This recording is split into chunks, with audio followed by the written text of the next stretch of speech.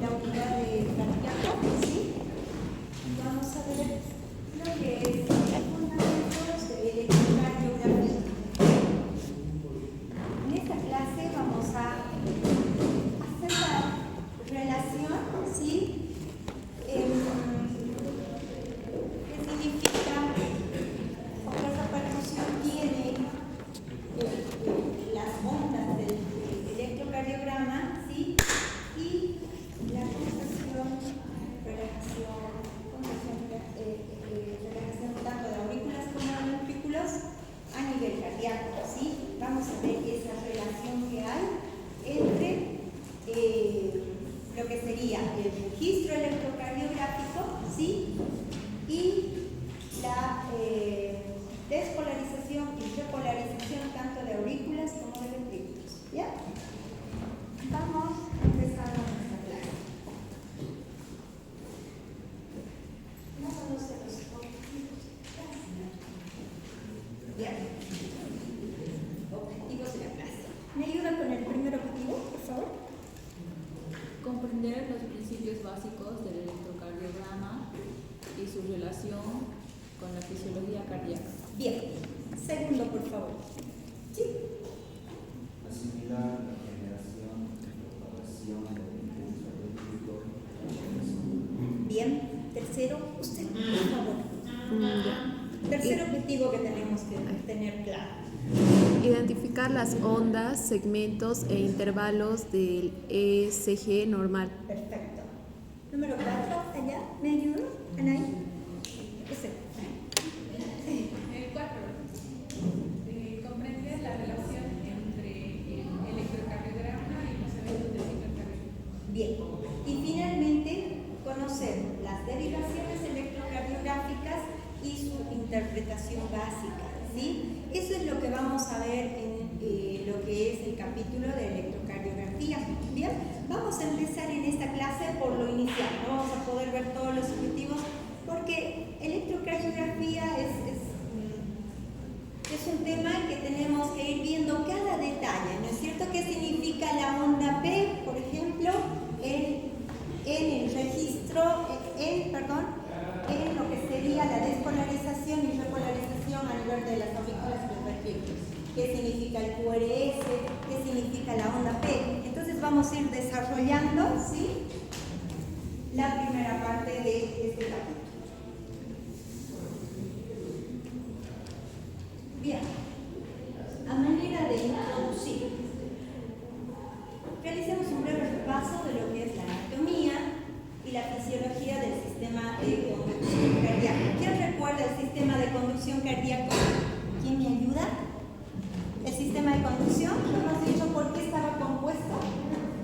El sistema de conducción. Ese cuadrito amarillo, han visto que el sistema de conducción en los esquemas de la clase pasada estaba pintado de amarillo, ¿sí?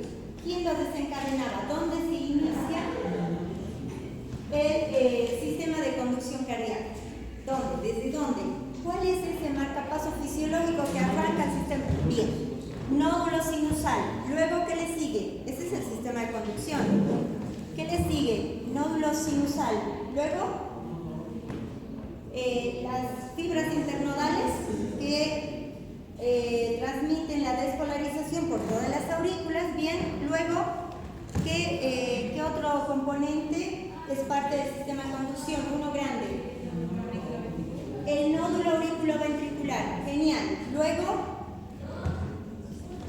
¿qué estructura lleva el sistema? El haz de His, bien, tiene dos ramas, una derecha y otra izquierda. Y finalmente, ¿cuáles son esas fibritas chiquitas que terminan de conducir todo el impulso por toda la musculatura de los ventrículos? Las fibras de Purkinje. Genial.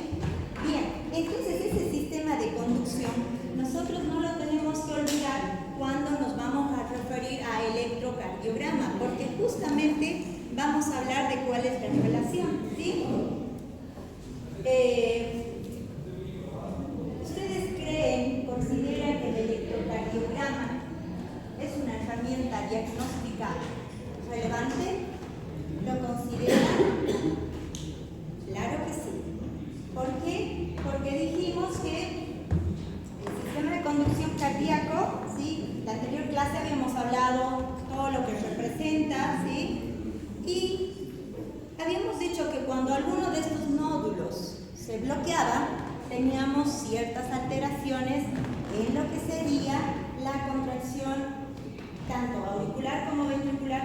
normal de la fibra cardíaca, ¿es cierto? Entonces, cuando nosotros tenemos un sistema de conducción que está correctamente funcionando, vamos a tener un registro electrocardiográfico completamente normal, como es el que vamos a conocer en esta clase. ¿Bien?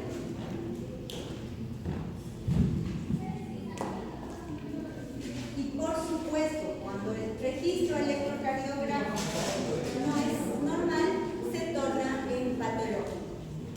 Veamos la siguiente diapositiva. Entonces, generación y propagación del impulso nervioso, donde se iniciaba se generaba y por supuesto inicia la propagación el impulso eléctrico en el corazón. ¿En qué nódulo principalmente? En el nódulo sinusal. ¿Dónde se encuentra el nódulo sinusal? Eso sabemos. ¿En qué parte? ¿En las aurículas o en los ventrículos? En las aurículas, en la pared de la aurícula derecha. ¿Bien? Ahora, fíjense lo que dice ahí. Células, marcapaso y su automatismo. Resulta que el nódulo sinusal, ¿sí? O sinoauricular, es un marcapaso principal. ¿Por qué? Porque ahí es donde se genera y se propaga, y a través del resto del sistema de conducción, ese impulso eléctrico del corazón se propaga hacia el resto del músculo cardíaco. Bien, ¿y por qué dirá células marcapaso? ¿Qué significará una célula marcapaso? ¿Alguien tiene una idea de qué puede significar una célula marcapaso? ¿Alguien se le viene algo a la mente? ¿Alguna idea? ¿Algo? Una célula marcapaso quiere decir que es una célula que sola, ¿sí? Se despolariza. ¿Bien? Eso se despolariza automáticamente, por eso es un marcapaso, ¿sí? Se despolariza automáticamente y eso lo hace gracias, ya vamos a ver, a su potencial de acción cardíaca, que es diferente de la fibra muscular esquelética. Entonces, resulta que en el nódulo sinoauricular, las células marcapaso que lo conforman inician su despolarización de manera espontánea y automática. Y es lo que da la frecuencia del ritmo cardíaco, que es de 60 latidos por minuto. ¿Sí? Nosotros en la anterior clase habíamos visto que sí, el músculo cardíaco estaba además inervado por un sistema nervioso autónomo y que el sistema nervioso simpático lo que producía era un aumento en la frecuencia cardíaca, ¿sí? Y el sistema nervioso parasimpático una disminución de la frecuencia cardíaca dependiendo de la situación en la que se encuentre, ¿sí? Pero el que le da ese automatismo al inicio del impulso, al inicio de la despolarización, por tanto, generación y propagación del impulso eléctrico son estas células marcapaso que se despolarizan de manera espontánea a nivel del nódulo sinoauricular. ¿Bien? Ahora, ¿qué es lo que pasa? Resulta que estas células marcapaso, ¿sí?, se encuentran prácticamente en todo el sistema de conducción, pero tienen una diferencia, ¿sí? Fíjense que el nódulo auriculoventricular, el haz de His y las fibras de Purkinje, que ustedes acaban de recordar que es lo que constituye todo el sistema de conducción, ¿sí?, eléctrica del corazón, fíjense que también tienen células marcapaso. Pero ¿cuál es la diferencia? Que su frecuencia de descarga, ¿cómo era la frecuencia de descarga del impulso eléctrico si se generaba a nivel del nódulo auriculoventricular? ¿Era igual que la del nódulo sinusal? No. ¿Qué era de diferente? ¿Cuál es la diferencia? Si el impulso eléctrico no se generaba en el nódulo sinoauricular y se generaba en el nódulo auriculoventricular o en el haz de His o donde deseemos para abajo de la musculatura del ventrículo, ¿qué es lo que pasaba con la frecuencia? Se reducía, ¿sí? Si bien son células marcapaso, quiere decir que igual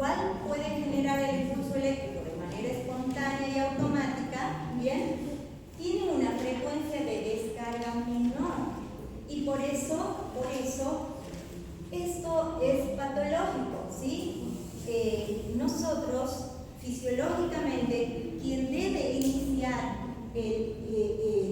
generar el impulso eléctrico y propagarlo es el nódulo sinoauricular en condiciones normales. Y cuando no se produce aquí ese impulso, esa generación del impulso, estamos hablando de una patología. ¿Sí? Bien. Ahora, ¿recuerdan el potencial de acción cardíaco? Sus fases y significado. Recuerden que nosotros habíamos visto que normalmente un potencial de acción a nivel de los ventrículos, ¿cómo era? ¿Tenía una meseta? ¿No tenía una meseta? El potencial de acción a nivel del músculo cardíaco. A nivel ventricular, ¿tenía una meseta? ¿Recuerdan? Este es el potencial de acción. Tenía una meseta, ¿bien?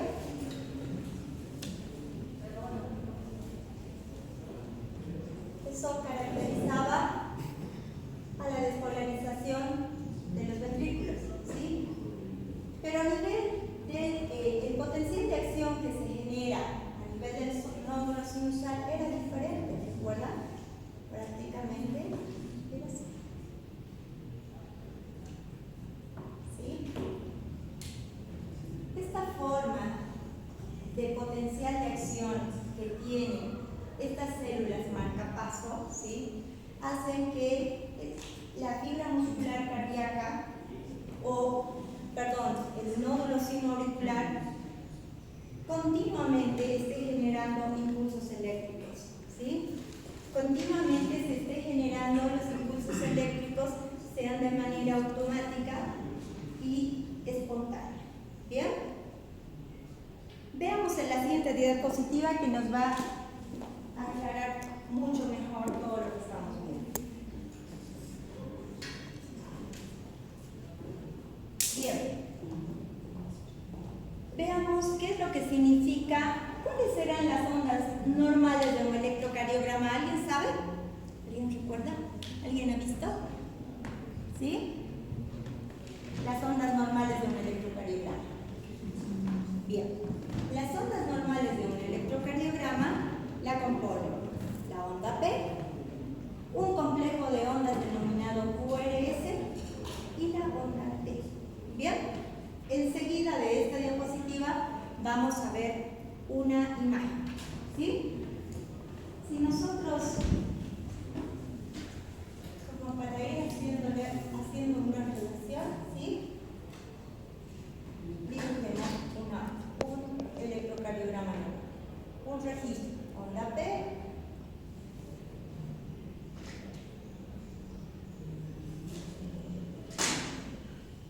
onda P, complejo QRS y onda T, un poquito más grande que la onda P. Muy bien. La onda P, ¿qué es lo que significa la onda P? La onda P está producida por los potenciales eléctricos que se generan cuando se despolarizan las aurículas, es decir, cuando inicia la despolarización de las aurículas se genera la onda P, ¿bien? Y esto es antes del comienzo de la contracción auricular, ¿sí? Ahorita vamos a ver qué es lo que ocurre en una fibra muscular y cómo se produce esta onda positiva, ¿sí? Entonces, esta es la onda P, ¿bien? Está producida por los potenciales eléctricos que se generan cuando se despolarizan las aurículas, cuando se despolarizan las aurículas antes del comienzo de la contracción. ¿Qué quiere decir? Entonces, cuando se despolariza, no quiere decir que ya está contraída la aurícula, ¿verdad? Inicia la despolarización antes de que se contraigan las aurículas. ¿Bien? Ahora, veamos qué es lo que significa el complejo QRS. El complejo QRS está formado por potenciales que se generan cuando se despolarizan los ventrículos, ¿sí? Es decir, antes de su contracción. ¿Bien? Es decir, que a medida que la onda se propaga por los ventrículos, ¿bien? Entonces, este complejo forma cuando ese potencial de acción se está propagando por todo el músculo ventricular, ¿sí? Ahora, ¿qué es lo que significa o qué representa la onda T? La onda T está producida por los potenciales de acción que se generan cuando los ventrículos se recuperan de la despolarización, ¿sí? Ahora, este proceso normalmente aparece en el músculo ventricular entre 0,25 y 0,35 segundos después de la despolarización. Luego vamos a ver cuando estemos en lo que sería segmentos, ¿sí? e intervalos. Y la onda T se conoce como onda de repolarización. Ahora bien, nosotros estamos hablando de despolarización y repolarización. Lo veamos eso, ¿de dónde se genera? Ustedes se deben preguntar, pero ¿de dónde aparece de pronto una onda positiva que dibuja la onda P? Y de pronto, ¿de dónde aparecen esas ondas negativas? ¿Sí? Entonces, veamos de dónde viene todo eso, ¿sí? Imaginemos una célula muscular, una célula de músculo cardíaco. Es fusiforme, pero la imaginemos así para que nosotros podamos tener una idea. Normalmente, ¿cuál es la carga positiva de la célula muscular cardíaca? Así. ¿Cuál es la carga de la célula normalmente? De cualquier célula. ¿Qué carga tiene a nivel intracelular y qué carga tiene a nivel extracelular? Empecemos por ahí, porque de ahí es de donde se generan esas onditas positivas y negativas en el electrocardiograma, ¿sí? ¿Qué carga tenían las células? ¿Cuál es el potencial de reposo? ¿Qué carga tienen las células dentro de las células? ¿Negativo o positivo? Mayormente negativo, ¿verdad? Cargas negativas. ¿Les parece si dibujamos de colores diferentes para que hagamos la relación? Normalmente las cargas dentro de la célula son negativas y las cargas afuera teníamos más sodio, ¿recuerdan? Normalmente son positivas. Entonces, veamos aquí, tenemos algo que nos mide voltaje, ¿sí? Entonces, nosotros tendríamos un electrodo acá y otro electrodo acá. Bien. Normalmente cuando las cargas eléctricas, cuando una célula muscular está polarizada, esto es una célula polarizada, ¿sí? No se dibuja ningún impulso eléctrico, quiere decir que la línea, si nosotros la queremos registrar, se dibuja una línea recta, ¿sí? Una línea así. Y si nosotros queremos registrar o saber de dónde viene ese impulso eléctrico positivo cuando se dibuja una línea hacia arriba y negativo cuando se dibuja una línea hacia abajo, tenemos que saber de dónde viene y viene de acá, ¿sí? Entonces, eso es lo que pasa normalmente, o sea, eso es lo que normalmente hay en una célula. Bien, ahora cuando nosotros tenemos, imaginen, este es un electrodo que le va a dar un impulso eléctrico, ¿sí? Y fijémonos qué pasa cuando empieza a cargar la carga, cuando empieza a cambiar esta carga. Si nosotros empezamos la despolarización acá, ¿qué debería cambiar? Si hay un impulso y se despolariza esta célula acá, ¿cómo debiera invertirse la carga?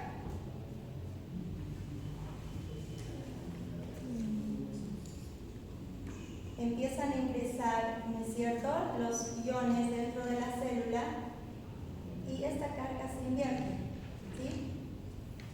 Entonces, sea, negativa por fuera y positiva por dentro.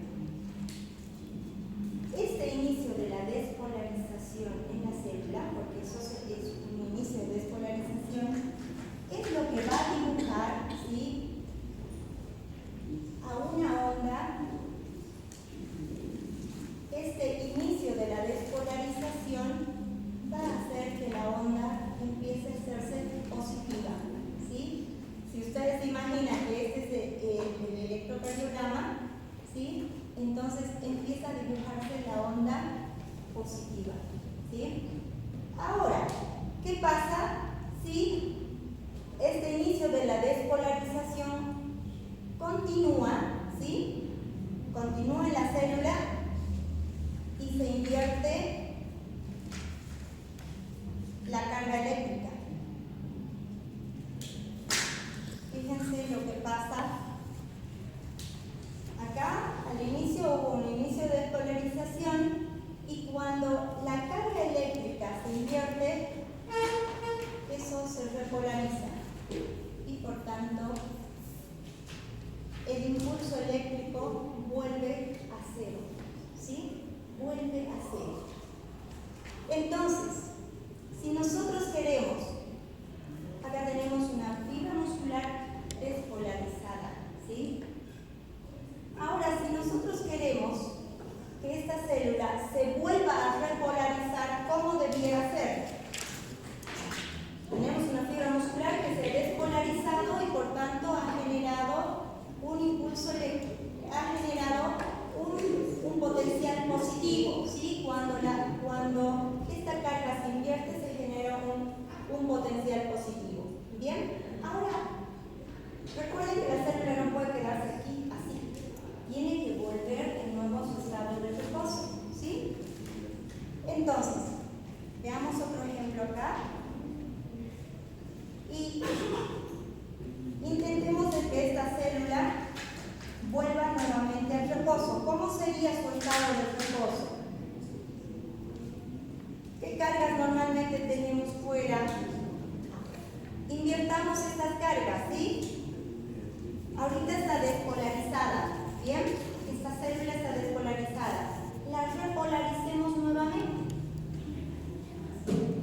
Volvemos a introducir cargas negativas dentro de la célula, como es habitualmente, y cargas positivas fuera, ¿sí?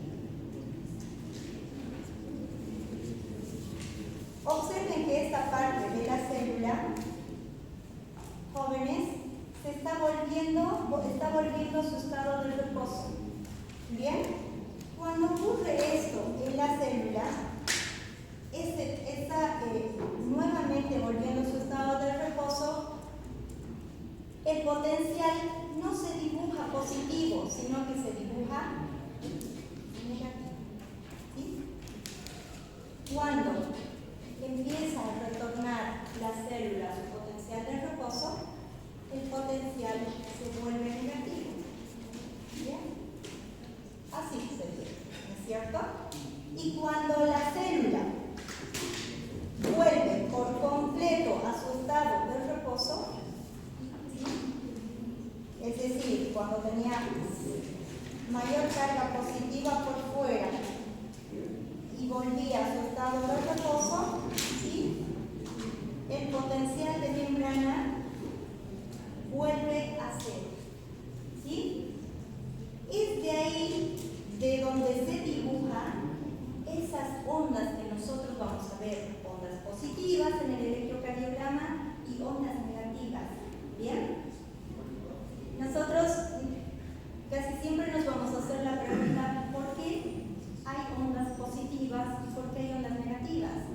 Ustedes, cuando estén en el internado, la primera tarea que les van a asignar es realizar electrocardiogramas, ¿sí? Y nosotros tenemos que saber de dónde se generan estas ondas. ¿Bien? Entonces,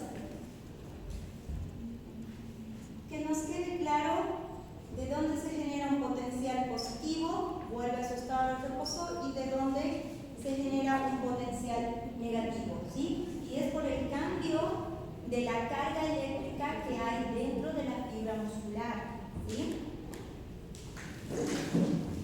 Veamos la siguiente imagen, que está un poquito más detallada.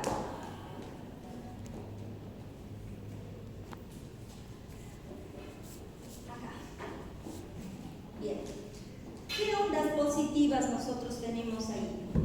Ahora podemos saber cuál es una onda positiva y cuál es una onda negativa. ¿Qué ondas positivas tenemos en el electrocardiograma? Este es un electrocardiograma normal, ¿sí? Con todos sus segmentos que vamos a ver en otra diapositiva específicamente cada segmento. ¿Qué onda positiva vemos en el electrocardiograma? La onda P, ¿no es cierto? ¿Qué significaba la onda P? La despolarización de las aurículas, ¿sí? Y la onda P iniciaba, ¿sí? Es el inicio de la despolarización antes de la contracción auricular, ¿sí?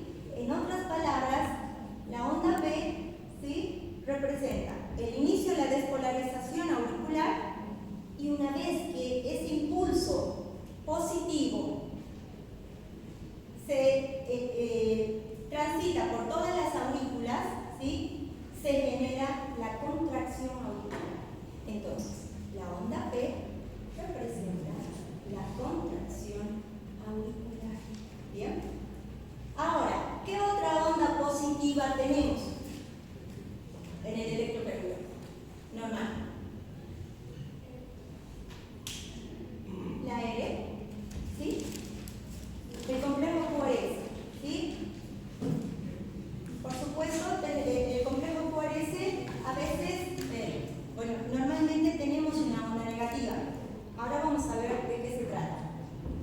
El complejo QRS, ¿qué representaba? ¿El inicio de qué?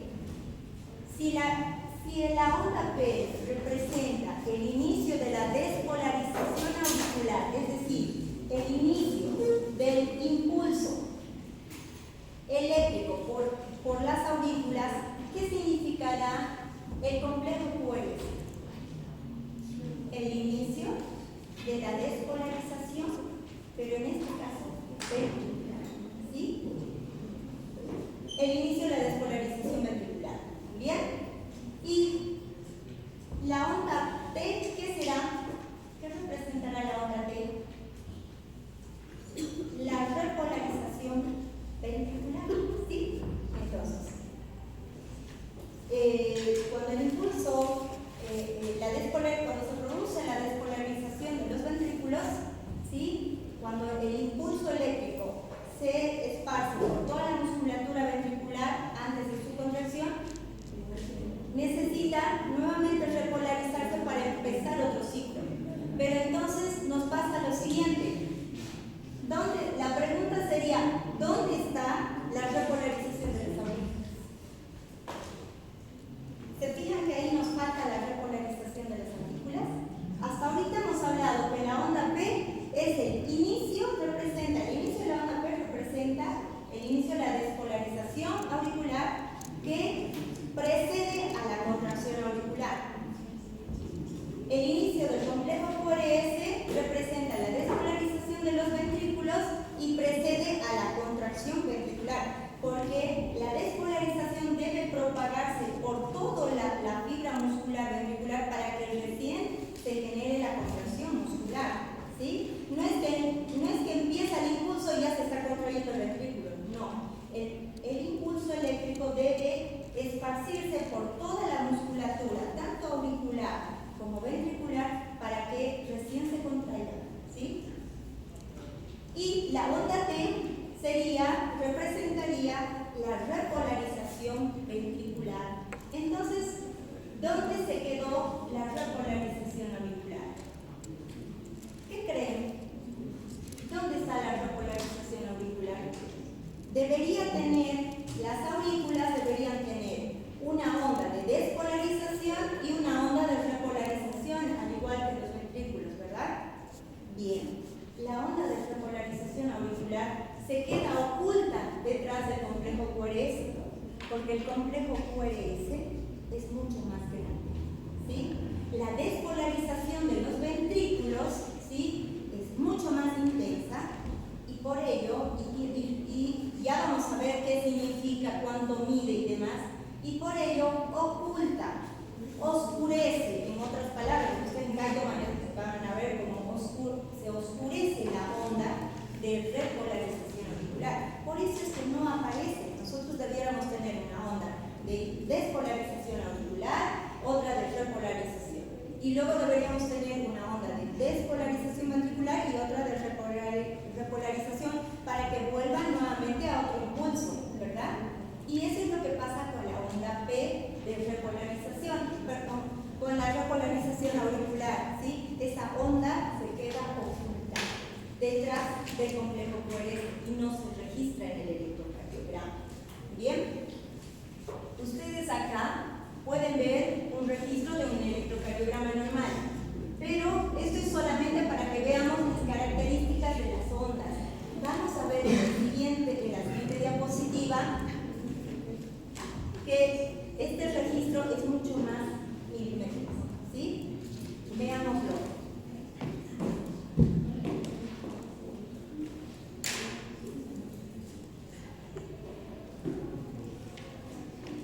Las ondas del QRS, ¿sí? Aparecen al principio del potencial de acción monofásico de la onda T. Perdón, la onda QRS aparece al principio del potencial de acción monofásico, ¿sí? Cuando se inicia la despolarización. Y la onda T aparece al final. Ahora, observemos que no se registra ningún potencial de acción en el electrocardiograma cuando el músculo ventricular está completamente polarizado o completamente despolarizado. ¿Recuerdan esto? ¿Sí? Cuando la fibra muscular está completamente despolarizada, como en este caso, despolarizada, o completamente repolarizada, la línea es isoeléctrica. No hay ningún registro de potencial, ni positivo ni negativo. ¿Sí? A eso hace referencia. Solo cuando el músculo está parcialmente polarizado o parcialmente despolarizado, hay un flujo de corriente desde una parte de los ventrículos hacia la otra y por tanto la corriente también fluye hacia la superficie del cuerpo para generar el electrocardiograma. ¿Sí? Entonces, ustedes veían cómo cuando solo la fibra estaba parcialmente despolarizada, ¿sí? Si nosotros imaginamos a esto como un ventrículo, ¿sí? Solamente cuando está parcialmente despolarizada, como habíamos dibujado al principio las cargas, ¿sí? Solo la mitad despolarizado, es cuando se dibujaba este potencial positivo, ¿sí? Y cuando se despolariza por completo, nuevamente vuelve a cero. Al revés, cuando el potencial se hace negativo, lo mismo, cuando la fibra o el músculo ventricular parcialmente está repolarizado, es cuando se dibuja la onda negativa, ¿sí? Entonces, fíjense cómo esta diferencia de carga eléctrica en el músculo cardíaco, cómo fluye hasta la superficie del cuerpo, ¿sí? Ese cambio de carga eléctrica que hay en las fibras musculares es lo que genera este registro, el registro del electrocardiograma, ¿sí? Porque ¿qué otra cosa va a explicar por qué se hace ese registro? Y ustedes van a ver, cuando ya les toque realizar un electrocardiograma, ¿sí? Van a ver cómo se aplican los electrodos y van a decir, pero ¿de dónde vienen estos registros de ondas positivas, de ondas negativas? Y vienen de acá, ¿sí? Vienen justamente de acá, de la despolarización parcial de la fibra muscular cardíaca, ¿sí? Es donde se genera ese potencial y ese potencial o esa corriente fluye hacia la superficie del cuerpo y los electrodos que nosotros aplicamos nos permiten detectar ese cambio del potencial eléctrico. ¿Sí? Veamos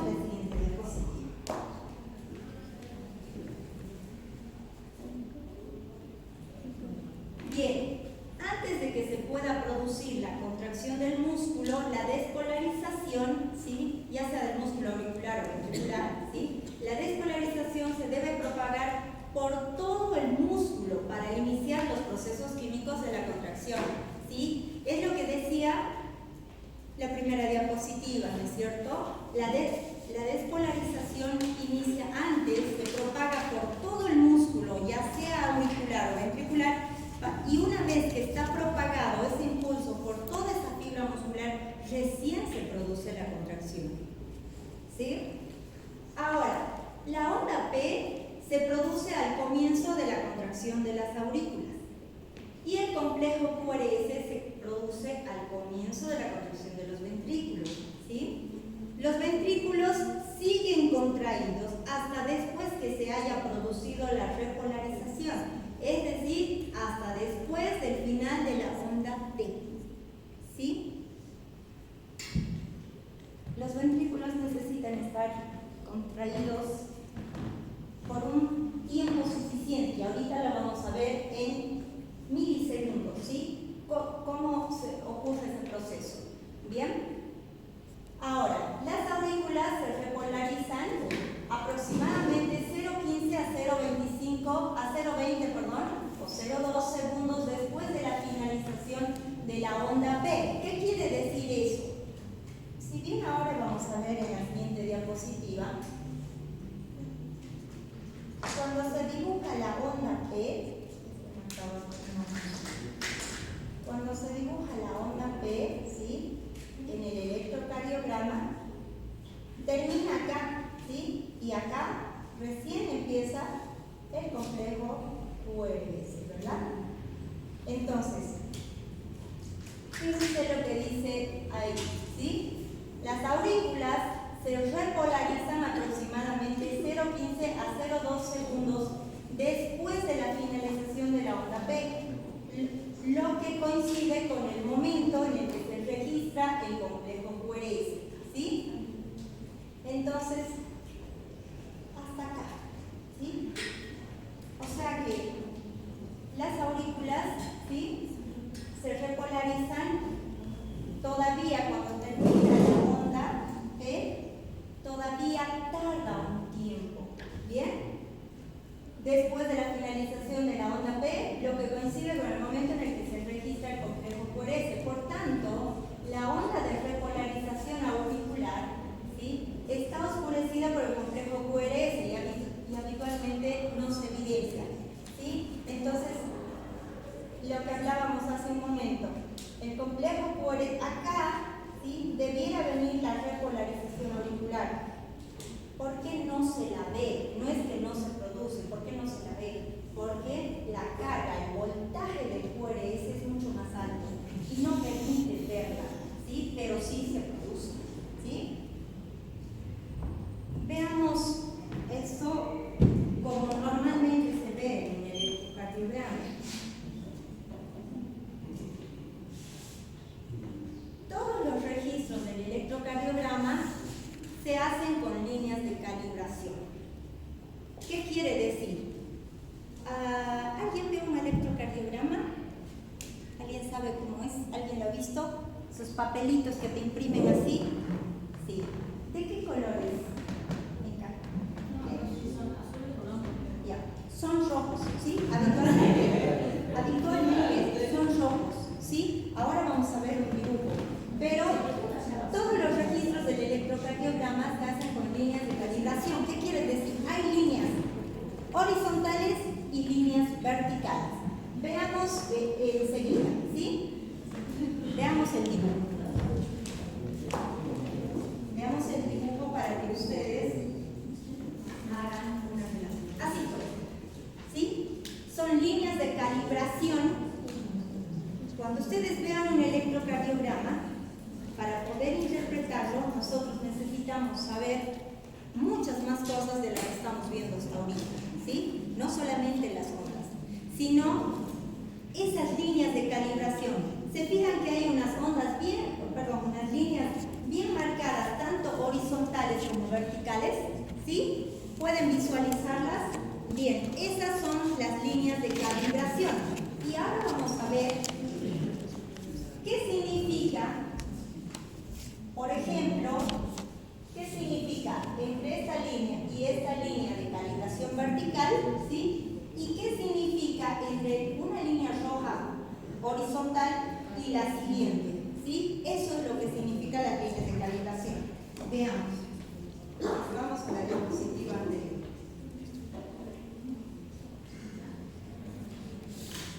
Bien, las líneas de calibración horizontal, lo que ustedes vieron dibujado de manera horizontal, están dispuestas de modo que desde las líneas hacia arriba o hacia abajo representan 1 milivoltio. Entonces, ¿cuál es 1 milivoltio?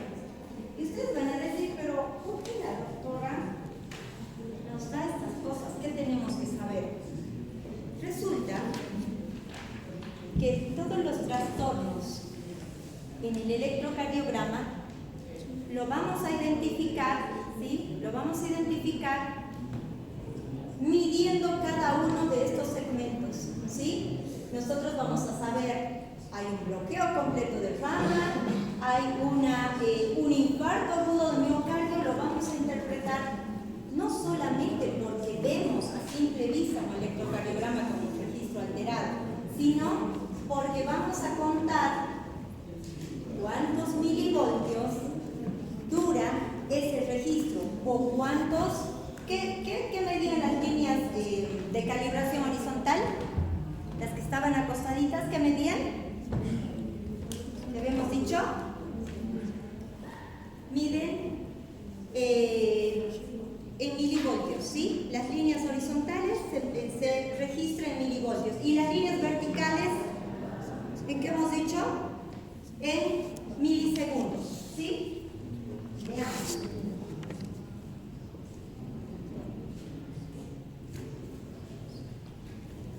Las líneas de calibración horizontal, escuchen bien esto, están dispuestas de modo que 10 de las líneas hacia arriba o hacia abajo representan 1 milivoltio. Entonces ahora yo les hago la pregunta a ustedes. Vean ¿cuál es 1 milivoltio? Si las líneas de calibración horizontal miden 10 líneas hacia arriba o hacia abajo, miden 1 milivoltio, ¿cuál sería 1 milivoltio ahí? Si nosotros empezamos en la línea isoeléctrica de 0, ¿sí? Fíjense que 10 cuadritos hacia arriba miden 1 milivoltio. ¿Qué quiere decir? Que si nosotros vemos dos líneas bien marcadas, suman los 10 cuadros hacia arriba, ¿sí? Entonces, eso mide 1 milivoltio, ¿sí? Lo mismo hacia abajo. ¿Por qué es importante? Porque luego vamos a ver cuánto es el porcentaje en milivoltios, cuánto es la medida normal de cada onda, ¿sí? De cada, ya sea la onda B, ya sea el complejo QRS, porque si no, no tiene sentido el electrocardiograma. Entonces, el electrocardiograma no es solo de verlo así, está bien, no. Hay que contar todo eso, hay que ver cuánto mide en milivoltios o cuánto mide en milisegundos, en el caso de las líneas verticales. Bien, entonces, ya sabemos que en un electrocardiograma, ¿sí? 10 cuadraditos chiquititos hacia arriba miden ¿cuánto? 1 milivoltio. 10 cuadraditos hacia abajo, otro milivoltio. Ahora fijémonos qué es lo que pasa con las líneas verticales. Las líneas verticales, que también son rojitas, bien marcaditas, del electrocardiograma, son las líneas de calibración del tiempo, ¿sí? Y estas líneas, un electrocardiograma se realiza a una velocidad de 25 milímetros por segundo, ¿sí? Cuando ustedes imprimen el papel, tarda ese tiempo en imprimirse, ¿sí? Por supuesto es muy rápido, ¿no? Por tanto, cada 25 milímetros en dirección horizontal corresponden a 1 segundo, ¿sí? Corresponden a 1 segundo. Y cada segmento de 5 milímetros, ¿sí? Indicado por las líneas verticales oscuras, representa 0,2 segundos. Pero veamos entonces cuál es eso.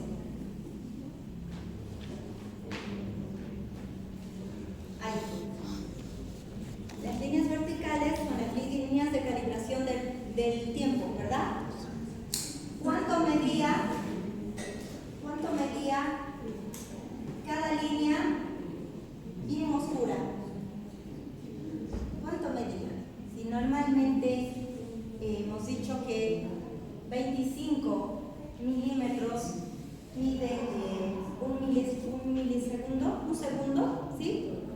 un segundo, perdón. ¿Cuánto medirá cada uno de esos chiquititos?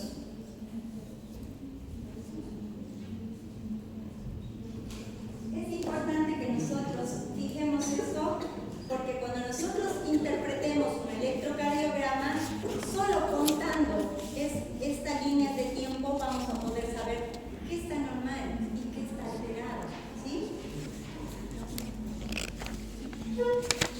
Volvamos nuevamente. Las líneas verticales del electrocardiograma son líneas de calibración de tiempo. Un electrocardiograma se realiza a una velocidad de 25 milímetros por segundo, ¿sí? Por tanto, cada 25 milímetros en dirección horizontal corresponden a un segundo, ¿sí? Y cada segmento de 5 milímetros indicado por las líneas verticales oscuras representa 0,2 segundos. ¿Qué quiere decir? ¿Cuál sería 0,2 segundos? ¿Cuál sería 0,2 segundos? 0,2 segundos. Desde esta línea vertical hasta esta línea vertical, 0,2 segundos. ¿Sí? Desde acá hasta acá. Ahora veamos cuál es la importancia.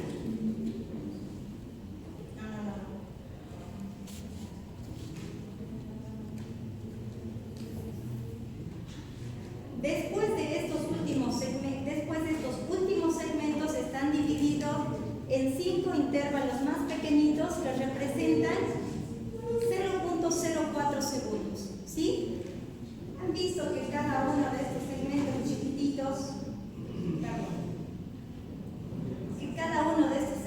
chiquititos, si esto representaba desde acá hasta acá 0,2 segundos, esto representa, cada uno de estos chiquititos representa 0,04 segundos. Ahora vamos a ver por qué. ¿Para qué es importante? ¿Por qué es necesario que conozcamos estas medidas? Tanto de las líneas horizontales en milivoltios como de las líneas verticales en tiempo. Veamos. Y con esta diapositiva terminamos, así que no se me canse. ¿Sí?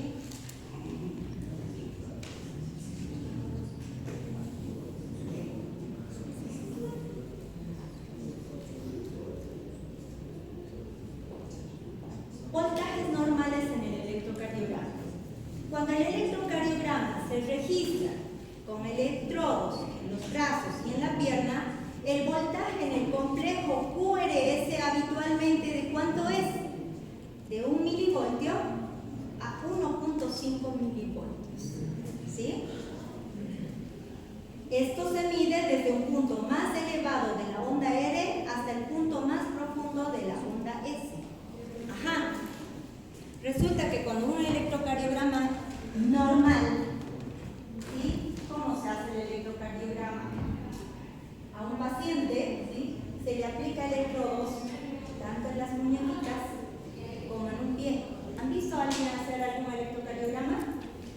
Le aplican, y esto es el libro de Guyton, también lo tienen, le aplican electrodos tanto en las manitos, ¿sí? Como en el piecito y aquí unas precordiales, ¿sí?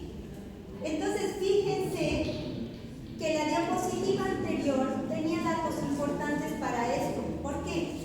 Porque cuando el electrocardiograma se registra con electrodos en brazos y en una pierna, ¿sí? El voltaje del complejo QRS habitualmente es de ¿cuánto? De 1 milivoltio. Es decir, ¿cuánto? De 1 a 1,5, perdón. Y esto se suma desde el punto más elevado de la onda R hasta el punto más profundo de la onda S. Entonces, veamos si ese otro, pero si este electrocardiograma que estábamos viendo como esquema es normal, lo chequeamos. Veamos. Midamos desde el punto más alto de la onda R hasta el punto más profundo de la onda S. Lo normal que debe medir, ¿cuánto es? ¿Cuánto es?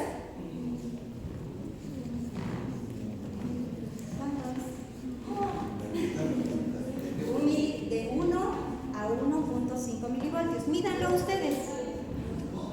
Porque cada línea roja bien marcada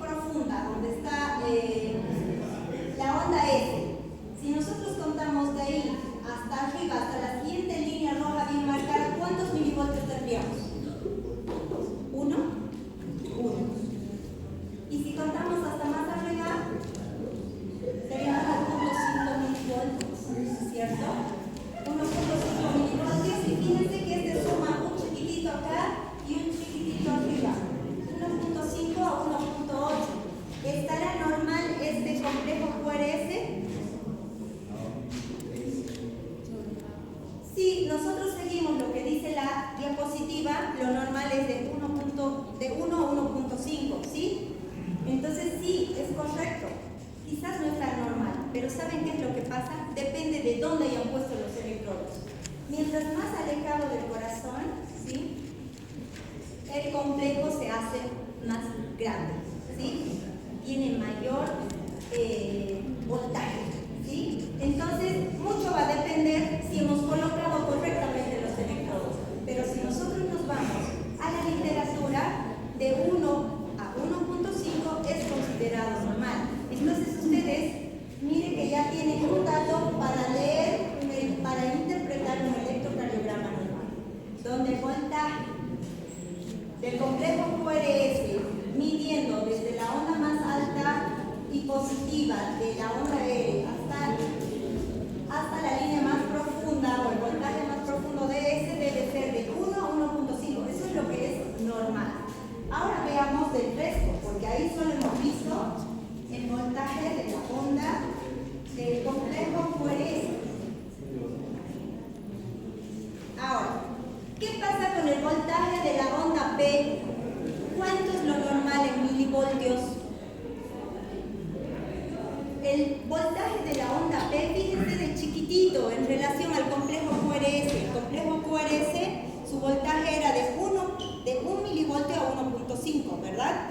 Fíjense cuánto mide la onda P, cuánto debe medir normalmente. Y debe medir entre 0,1 a 0,3 milivoltios. Ahorita vamos a corroborar si eso es cierto. Y la onda T, que también es positiva, ¿sí?, ¿cuánto debe medir? De 0.32 a 0.3 milivoltios. Entonces, ¿cuál es más grande? ¿Cuál debería tener? ¿Qué onda de voltaje es más altita? ¿La onda P o la onda T? ¿Cuál es más alta? ¿Cuál tiene mayor voltaje? Fíjense, controlando ahí. Prácticamente en altura miden lo mismo, pero fíjense que la onda T, o sea, puede ser un poquito más porque va desde 2, ¿cierto? Ya no es desde 1, ¿sí? Veámoslo en nuestro electrocardiograma ejemplo y ustedes van a corroborar.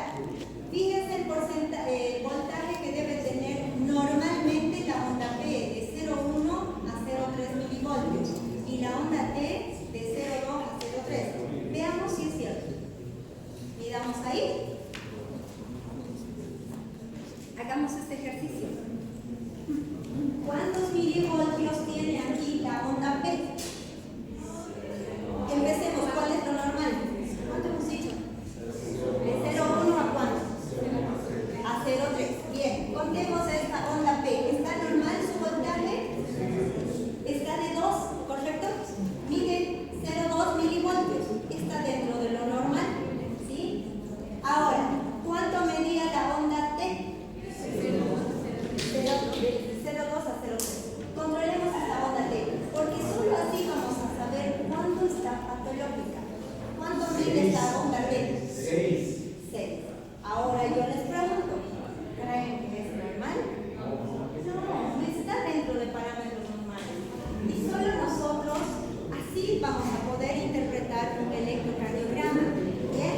Esta onda, les digo algo, porque está bien marcada, es porque para que nosotros podamos identificarlas, ¿sí?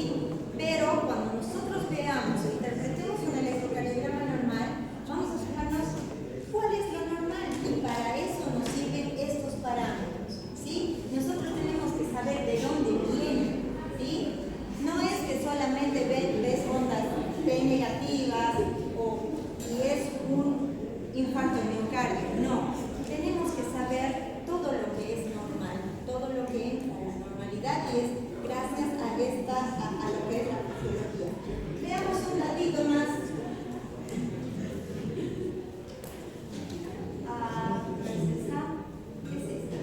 Entonces, ya sabemos cuánto es el voltaje del QRS en milivoltios, cuánto es el voltaje de la onda P y de la onda T.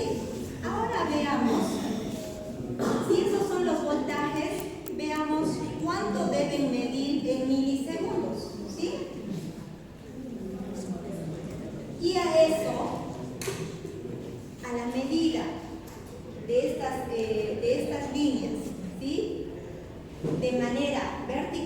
se llaman intervalos. Y ustedes, eso es lo que van a interpretar en su electrocardiograma cuando lo tengan que leer, ¿sí? ¿Qué significa el intervalo PQ o PE? ¿Sí? Es el tiempo que transcurre entre el comienzo de una onda P y el comienzo del complejo QRS, es el intervalo que hay entre el inicio de la excitación de las aurículas y el inicio de la excitación de los pulmones, ¿sí? Y este intervalo, fíjense, se denomina PQ y normalmente es de 0 a 16 segundos. Entonces, ¿cómo medimos? ¿Cuál sería el intervalo PQ o PR? ¿Saben por qué se le dice PQ o PR? Resulta que a veces no está dibujada la onda Q. Entonces, cuando no se registra en el electrocardiograma la onda Q, no quiere decir que haya alguna patología, ¿sí? Sino que siempre se dibuja el mayor voltaje y a veces la onda Q no se registra y eso no es patológico, ¿sí? Por eso es que el intervalo se llama PQ o PR.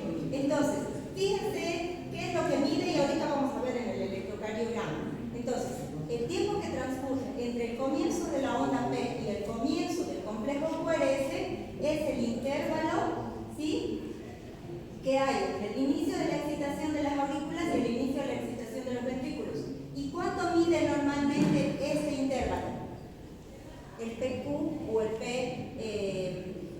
PQ o el PR. ¿Cuánto mide? ¿Qué dice ahí? 0,16 segundos. Ahora dígame en este electrocardiograma cuál es el intervalo PQ o PR.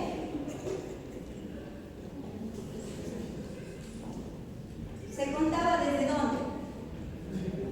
Desde el inicio de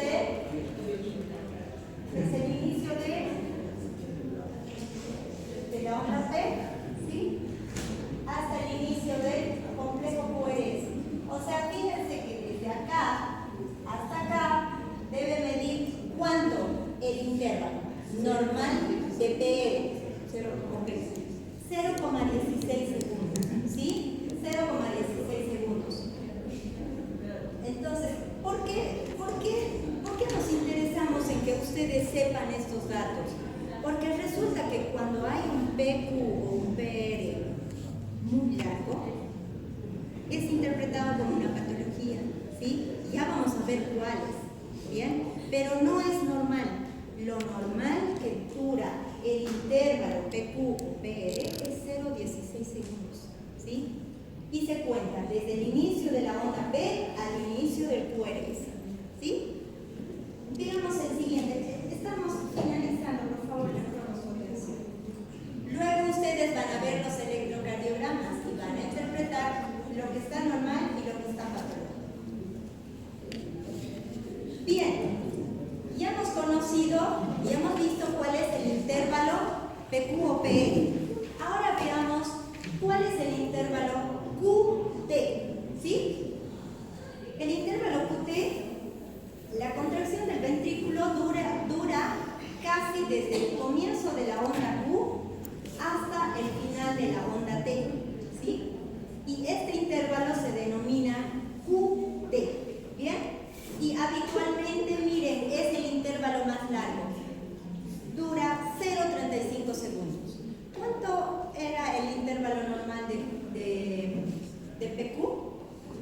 El intervalo PQ o PR, 0,16 segundos. Y fíjense el intervalo QT.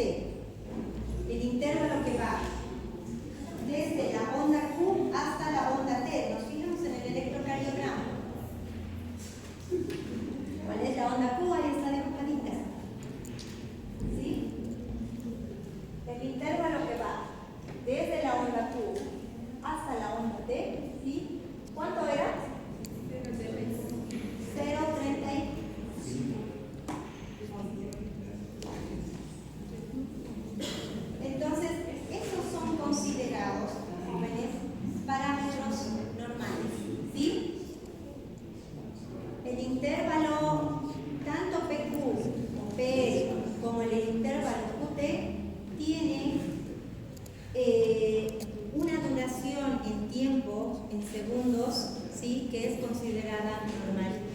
¿Bien? Y estos son los parámetros normales. Nosotros ya en la práctica vamos a ver los electrocardiogramas y vamos a poder hacer todo esto. Tanto vamos a contar cuánto es el voltaje de las ondas P, cuánto es el voltaje de las ondas T, del complejo QRS, ¿sí? Y cuántos son los intervalos. ¿Por qué? Porque debemos saber interpretar un electrocardiograma normal y para poderlo interpretar necesitamos tener estos datos, ¿sí? Si no, no vamos a saber de dónde se dibuja, qué pasó, por qué se dibujan esas ondas positivas, por qué esas ondas negativas, cuánto miden, ¿sí? Cuánto es lo normal. Y viene, todo esto viene de él, ¿sí? Bien. Bien, y esto vamos a ver la próxima clase, ¿sí? Vamos a ver qué significa de 2, de 3 en el electrocardiograma. ¿Está bien? ¿Sí? Genial. Nosotros el día de mañana tendríamos la práctica y vamos a ver la práctica hasta acá, ¿sí?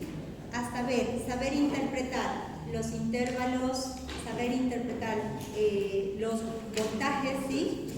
Todo vamos a medir mañana en nuestra paciente, vamos a hacer el electrocardiograma y ustedes van a poder interpretar. ¿Qué les va a servir? Que nosotros repasemos. ¿Saben qué? Mucho de esto está en Guyton, ¿sí? Entonces, ideal es que nosotros también repasemos nuestro tema porque ya sabemos lo que vamos a llevar, ¿no es cierto? Ya conocemos los capítulos que vamos a llevar, entonces repasemos para poder ir a la clase y para poderle sacar provecho. ¿Está bien? Nuestra clase terminada. ¿Me dan 3 minutos?